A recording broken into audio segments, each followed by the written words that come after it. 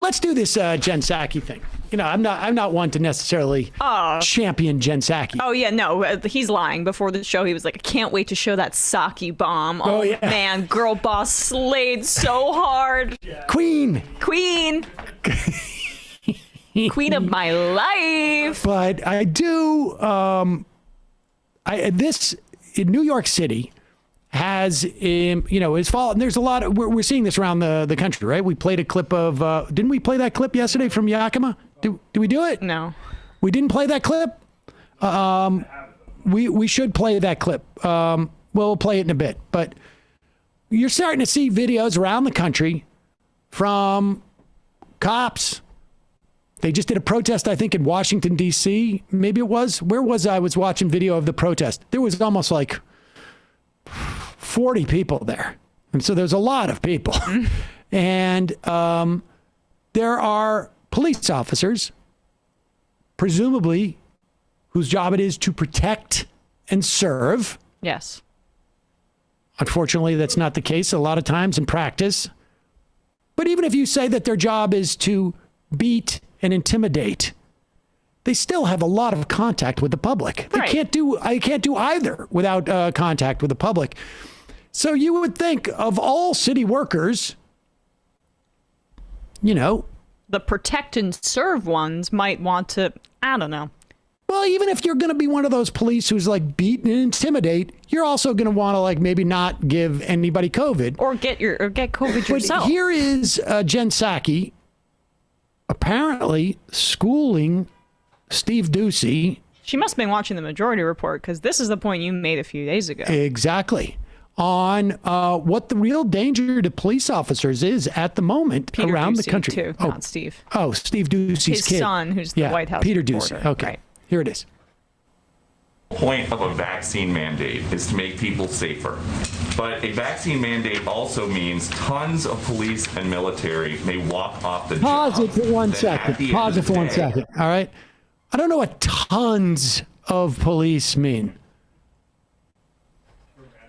Like, I mean, he's saying, what if tons of police walk off? Wait, the way this is being enforced is like going up to business owners and saying, are you complying with this? Basically. Well, no, but now you have, like in New York City, city workers, including cops, you got to get mandated or you get a unpaid vacation. Right. And he's saying tons of police, but I don't think it's tons. Well, tons is a fluid metric that he can use. Right. By total weight. Right, exactly. Right. But go ahead. Maybe. Cops grouped together that weigh like 3 elephants are I mean, if I'm her, I respond with, well, maybe if they take their belts off with all their equipment, they won't weigh as much. But go ahead. Stop eating donuts. The point of a vaccine mandate is to make people safer. But a vaccine mandate also means tons of police and military may walk off the job. Then at the end of the day, does a vaccine mandate make people safer? Well, where are tons of police and military walking off the job? Well, the Washington Post says that hundreds of thousands of U.S. service members remain unvaccinated, which is leading to questions about possible military readiness. The L.A. County Sheriff says that 5 to 10% of their workforce could walk off the job. And so... Oh, pause it for 1 second. Just since we're talking about the L.A. County Sheriff's Department, full of rogue cop gangs, incidentally, since we're talking about keeping people safe.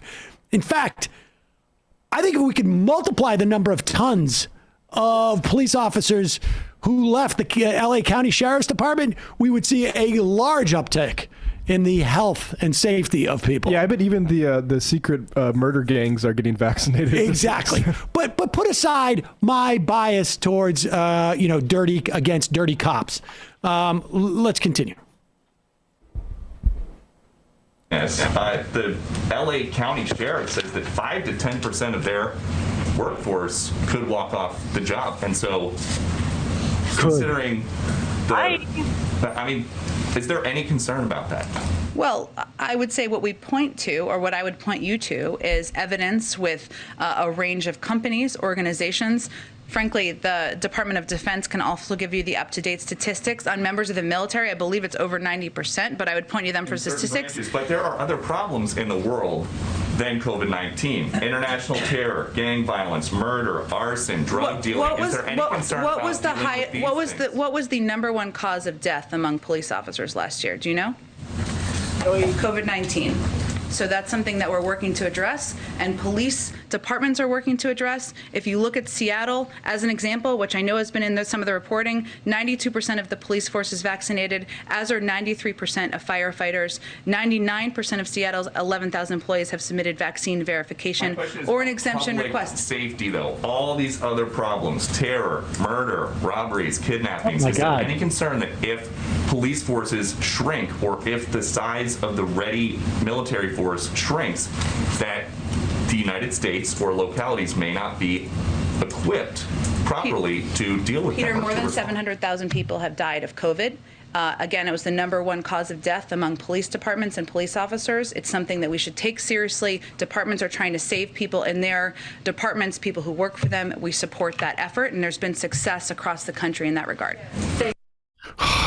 I love the look he's on his face. Like, you didn't hear what I said about what about hurricanes? The arson. What about arson? Right, exactly. Hurricanes, murder, pestilence. Aren't you worried that if, wow. That guy is so embarrassing. And also put on a proper mask, both from an aesthetic and also from a health perspective. That thing is like so small. It's like I don't know. You had to make it seersucker because we got to know you're a Republican. We get it. We get it, dude. I mean, that's the bottom line. And if COVID was the #1 killer of police officers around the country, how many people that they come in contact with on a daily basis did they give COVID to who ended up dying? Yeah. Or getting long-term COVID, or giving COVID to somebody else who then gave it to somebody died. I mean, like, what? This is a highly contagious disease, and I would like to see some data on this. Especially because, like, walking around New York, if you see people unmasked, chances are they're cops. Yeah. Oh, we gotta get to this. Yeah. Matt, where do you come up with stuff like that? From like this example of this video right here? Here are 2 cops who apparently some guy, and you can see, now I think we know if this guy had in any way done anything that these cops could have justified arresting him. They would have arrested him on the spot, but he did not. All apparently he said, according to the person who took the video, was he went up to the cops and were like, how come you guys aren't masked? Right. In the subway. Which is required of everybody else there. You have to wear a mask. It's constantly said over the loudspeaker. You have to wear a mask on the subway. Everyone else is supposed to do it, and they're supposed to be enforcing that everyone is supposed to do it. And these cops are not wearing their masks around their chin. Check this out.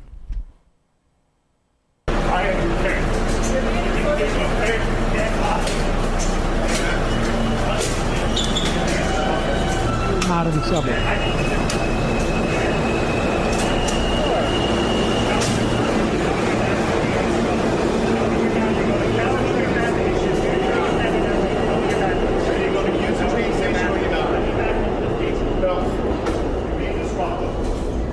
Where's that in the Tell me your badge number right now.